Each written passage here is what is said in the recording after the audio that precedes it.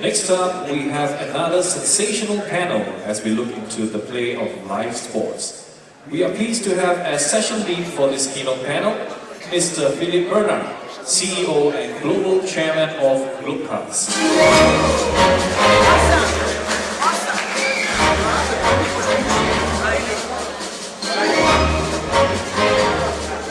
The lineup of esteemed panelists here, please welcome Mr. Anish Madani, Head of Sports Partnerships at Twitter.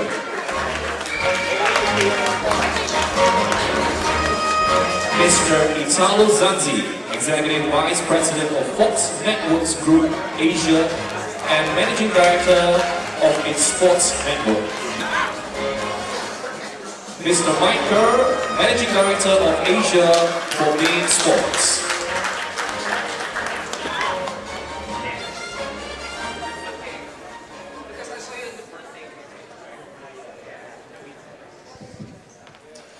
Okay, so good afternoon everyone, ladies and gentlemen. So it's my pleasure to be the moderator of this panel today, which is exciting as sport can be exciting today in this new world. So I will give you first some words about the environment, just to frame the discussion, about of course, the sports and the media. So what we can say is that the sports broadcasting is, as we all know, a very vibrant and growing sector.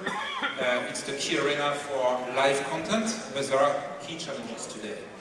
The right costs continue to rise, and broadcasters are trying to maximize their ROI in this very competitive and challenging environment.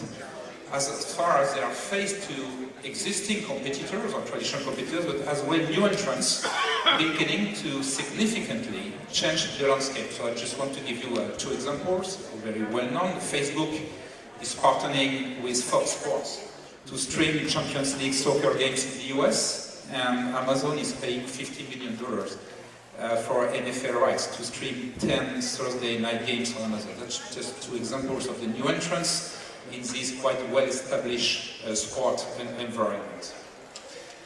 By the way, there is a core challenge that rights holders are facing today, which is to maximize the monetization of their rights. In the case of major sports events, which is quite a well-known event as well, there's been a dramatic increase as well in the number of feeds required from a venue across varying resolutions and codecs.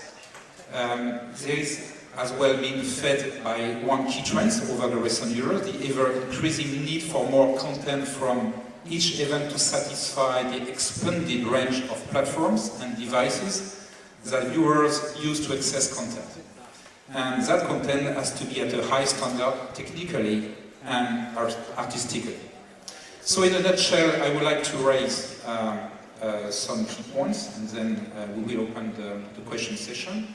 First one, of course, there are never-increasing cross-platform distribution requirements, streaming, linear TV, pop-up channels, OTT, social media, VOD, and the list goes on. In addition to this, sport is a particular driver for innovative, high-quality coverage, and it's where we are seeing most interest in maybe 4K, HDR, and VR. There will be a debate about these different standards. There is a growth in the live streaming. To do this properly at scale requires real expertise, which has opened the live coverage market to more niche sports. Then the rights holders need and they want to provide instant highlights across social media and other web platforms. There's a need for additional short and long-term VOD content to maintain the fan engagement, and we'll see that with Anish from a Twitter point of view. And there is a question of how to balance all these in terms of supply to affiliates, social media use, reselling of content after events have happened. So that's this, let's say, global framework of the market today. And of course, we will raise some questions to the key players of this market that we are really honored to host today. So my first question will be about, of course, social media. So how has social media use impacted the sports coverage? Maybe we can start with you, Walter. Sure.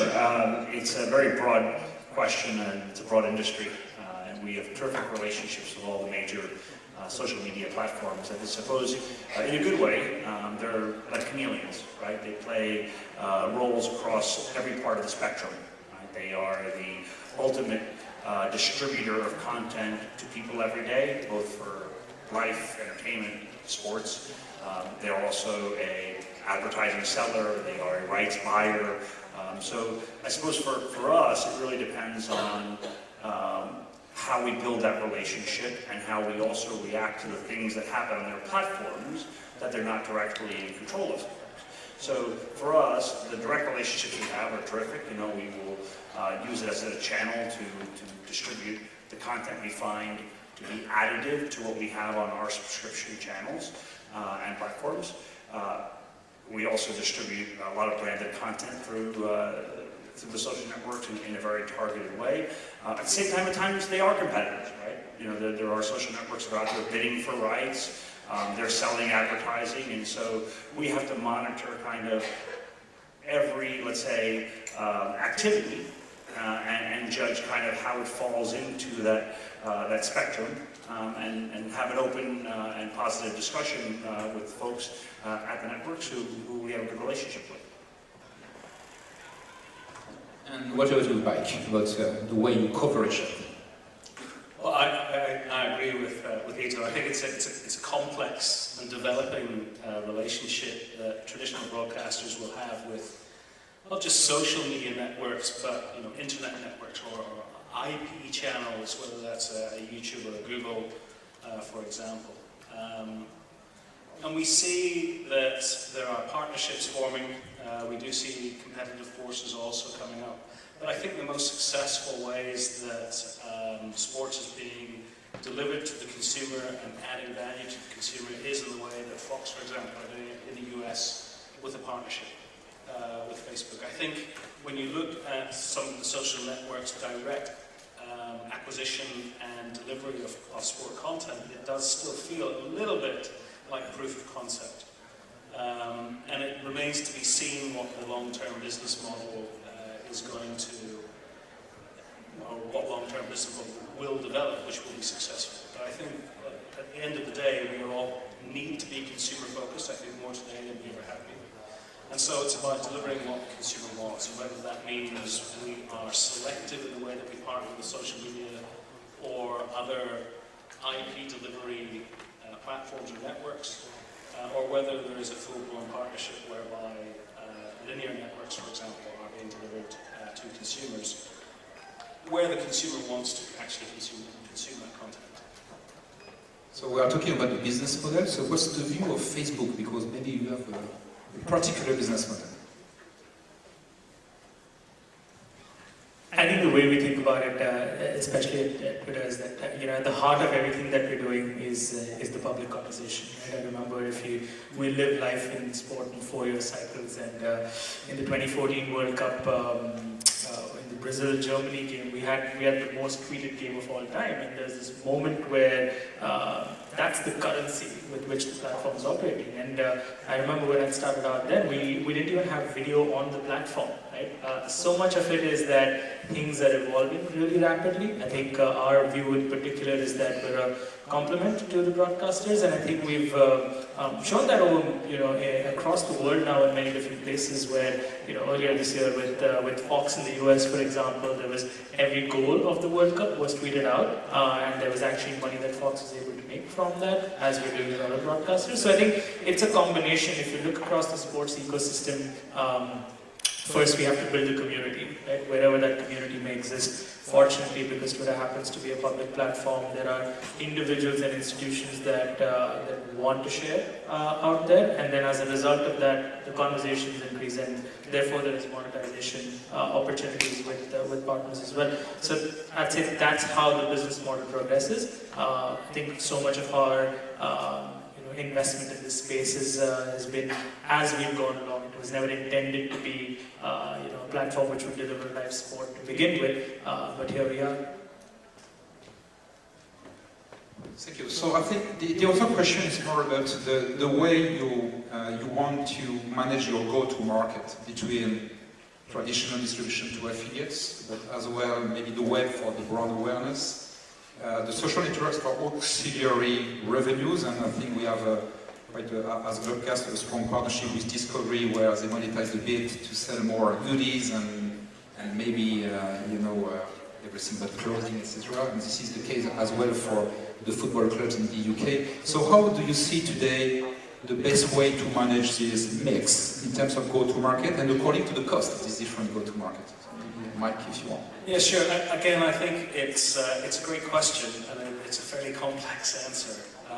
But I think essentially, if you were to look at it today, there are experts that exist, businesses that exist. For example, if you're looking for a marketplace, the two that come to mind would be Amazon, for example, eBay, for example. We're certainly not thinking that because there is an internet and because consumers are on the internet and because they're consuming content through the internet, we're not going to try to replace Amazon as a marketplace. And so, in that respect, therefore, it's about partnerships.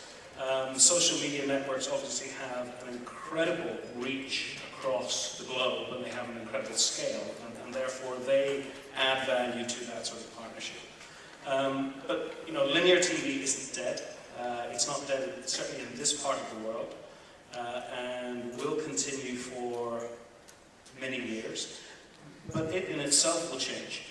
And so I think really the challenge for us is finding where we fit into each of those ecosystems, whether it's a marketplace, whether it's an internet platform, whether it's a social network. And also at the same time, we need to be flexible enough and nimble enough in our business model to be able to adapt and change as our traditional partners are changing. And that could be a traditional terrestrial broadcaster, whom the sports industry and pay TV sports broadcasters and channels like ourselves have typically and traditionally used to gain reach, to reach out to the community, more so than pay TV can, and also to help with the P&L in terms of the advertising funding of that content at a much greater mass and therefore value than pay TV can ever deliver. So it's that complex journey that we're going through at the moment that really is our focus, certainly keeps me awake at night, and how we integrate with the various aspects of the new digital economies that are being created. And just following up on what Mike said, for us, even though there's a lot of uncertainty in the digital ecosystem, what's clear is now every action, every agreement requires more attention because they're all different in nature, right? So in the past, where even it seems like a long time ago, a year and a half ago, 2 years ago, you could say, oh, well, social media, it's promotion, it's advertising. Today, it can be active and it can be promotion. It also can be hyper-competitive. I mean, the reality is we are a subscription-led business, we're a paid business, and our loyalty is to the consumer and also to our affiliates and our business partners. So it's our job also to not only promote, but to protect the value that we're paying for on behalf of our consumers and our partners. So in the name of promotion, if all of a sudden something goes from being additive in terms of bringing people to our platforms or to our affiliates to all of a sudden just dumping it into the market for free, then we have a problem. And that's something that is sometimes very subtle and sometimes even uncomfortable to talk about. But those are the lines that these days you really have to dig into and say, okay, well, what exactly do you mean? Especially when you're in a market that has time zone differences, right? Where, if somebody wants to do something on a social network at 7 a.m., it might seem innocuous, but in reality, them doing that means that they're less likely to watch something on one of our affiliates or on one of our channels or platforms, then it's not necessarily a problem, except that we paid for the value to the rights owner to do that. And so, you can only, let's say, sell something twice once, right? And so, in the end, I think right now we're in this window where subscription platforms have paid high values for certain levels of exclusivity, and you have rights owners who have become savvier about the way they do things. But in the name of promotion, they're also selling advertisers, they're also gaining followers, and they're also, to a certain extent, cannibalizing viewership. And so all of that gets reconciled in the value for what somebody pays for something. Maybe, Anish, just one question, because when we are talking about social network, we are talking about emotional relationship. do you consider that sport is the best vector to get more emotional relationships than entertainment or other, let's say, content? Yeah, for sure. I think that even as we look at every year we release this list of things that have been the most talked about, right? And consistently sport ends up on top. And there's a lot of it is to do with the fact that I think sport has the power to inspire, like few other mediums do. And if they inspire you to play, hopefully you'll pay at someday when you're a fan. And usually that lasts longer. We were talking about this earlier. We say the durability that you have for a club that you follow or a team that you really like is probably much longer than any other sphere. And so as a result of that, we definitely see that conversation happening on the platform. I think related to also what Italo and Mike were saying, the balance is between choice and curation. Right? I think one of the things that happens on a platform like Twitter is that sometimes expands the window beyond which interest lies for the sport. Right? So if there is a live match coming up, there are conversations that are starting well before, and hopefully that leads to someone going and watching it because they can only watch it exclusively on certain platforms. At the same time, we also have to be able to help fans find what content is out there. And there's some work that we've done in our product where, if you search today, there's a high level of curation that exists which helps you find things that people are talking about. And more often than not, it's the big sports match that's happening at the moment or on the day. Okay, thank you. Maybe to switch to another topic, but I think it's very close to the sports environment. Do you consider there is a specific demand for pop-up channels, so temporary channels, in the sport bubble with ad hoc playout, media management? Is it driven by technology or by market expectation? I think it's very much like everything else today, is more driven by the consumer and the consumer expectation than anything else. I think what is happening is that when we have digitally enabled platforms who are able to serve content and sport content seamlessly and simultaneously to a single fan, and obviously to multiple fans, I think you get a sense that the consumer expectation is changing. And so, if you have that experience in market, then that very quickly becomes the norm. We were mentioning about 4-year cycles. 4 years ago, there was no Netflix in Singapore. View didn't exist. Hook didn't exist. None of these platforms existed. And so the expectation from the consumer was from a pay TV perspective. Prior to that, obviously, it was very binary, and it was an analog expectation. And from a sports perspective, it was the game kicked off at 9, and if you happened to be on that channel, you could watch it. And typically, it was one game on one channel, and that was it. Today, it is very different. Not only do you have multiple pop-up channels that are being created to allow choice for simultaneous viewing, but now consumers are watching what they want when they want. And they're watching, also now starting to watch as live. And we see that very much in this region when European sport in particular, which continues to be the driver from a sports perspective in most of the markets in the Asia-Pacific region. But people are now choosing when their kickoff time will be.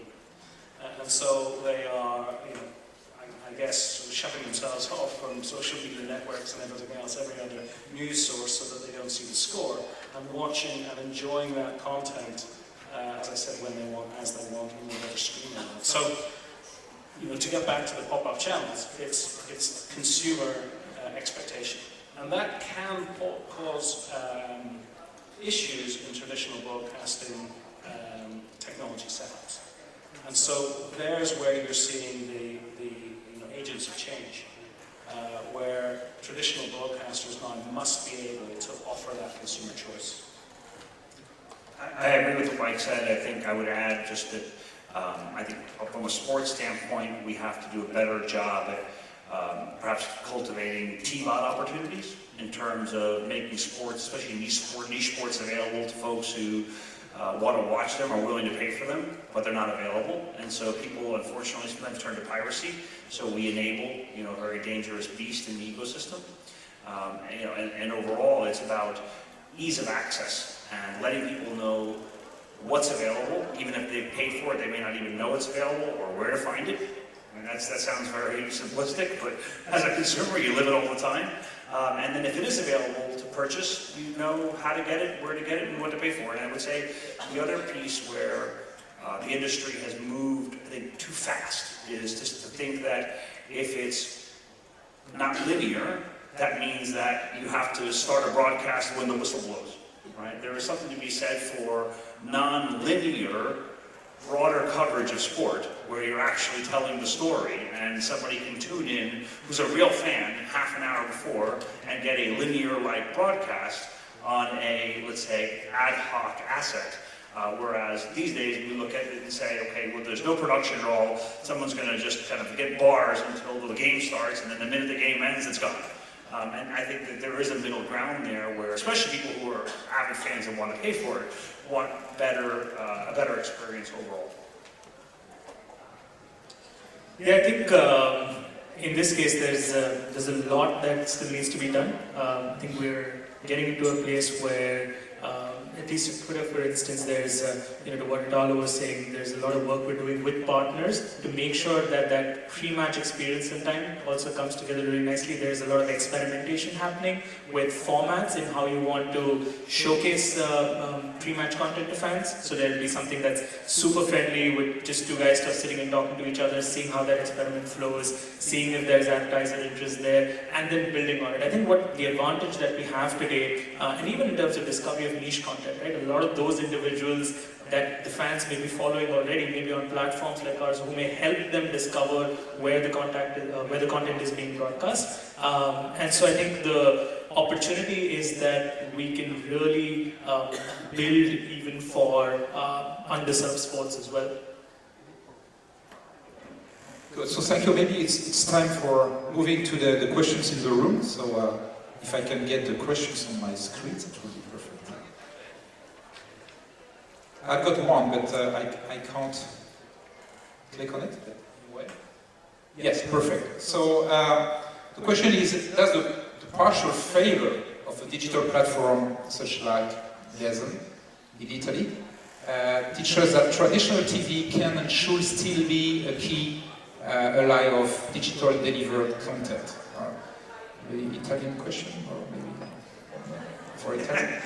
I have lived in Italy, but actually I can't subscribe to the premise of the question, because I wouldn't say that by any means DAZN has been a failure, and don't want to speak to that, but I think it remains to be seen. But I think there's been a lot of, let's say, learnings for not only DAZN but other broadcasters in this space, and you have to admire folks who invest in innovation. So we'll see where the industry goes and where the marketplace goes.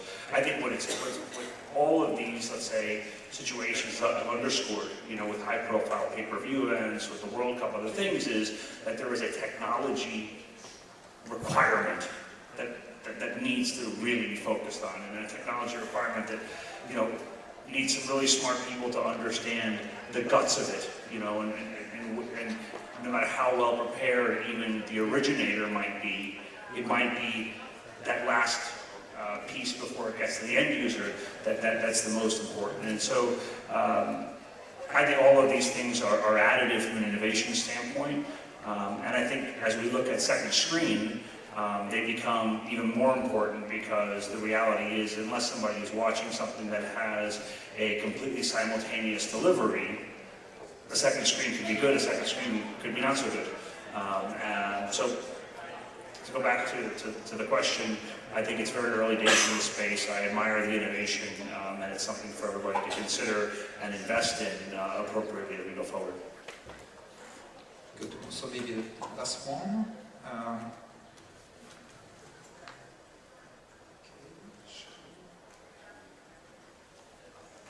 Okay, so I will ask a question. So, do you feel that publishing sports on social media platforms will be more popular for live stream or for clips highlights? Sure. I think clips and highlights have been very successful, and I think it is certainly a partnership or a position that is comfortable from a channel perspective, from a sports aggregator perspective, in partnership with a social media platform. I can't, obviously I think we've got the expert here in terms of whether that experience is the same on the other side of the table. I think in terms of live streaming, we have seen some fairly spectacular failures around the world. As I said, I think it really is at the stage where it's proof of concept. And I think that really depends on whether the business model can sustain the value proposition in market and can sustain the cost and therefore value of the content itself.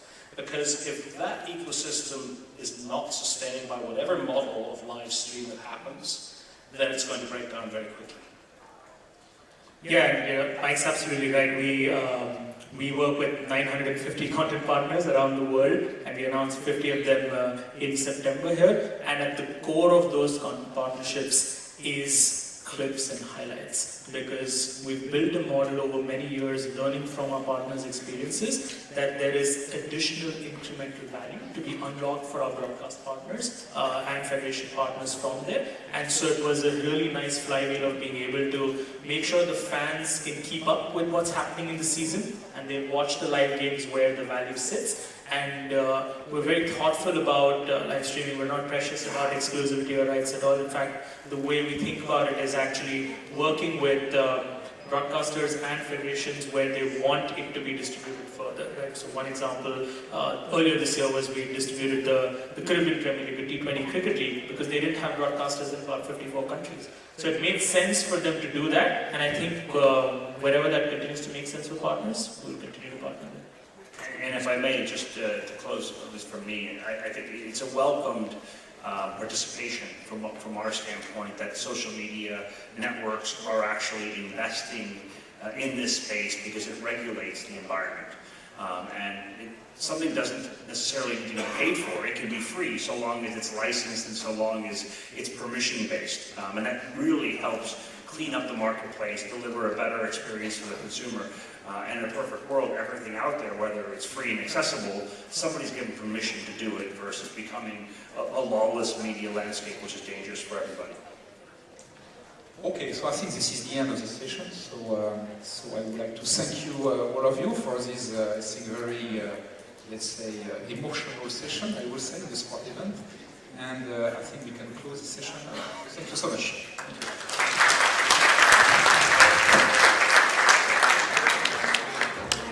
Thank you very much, gentlemen.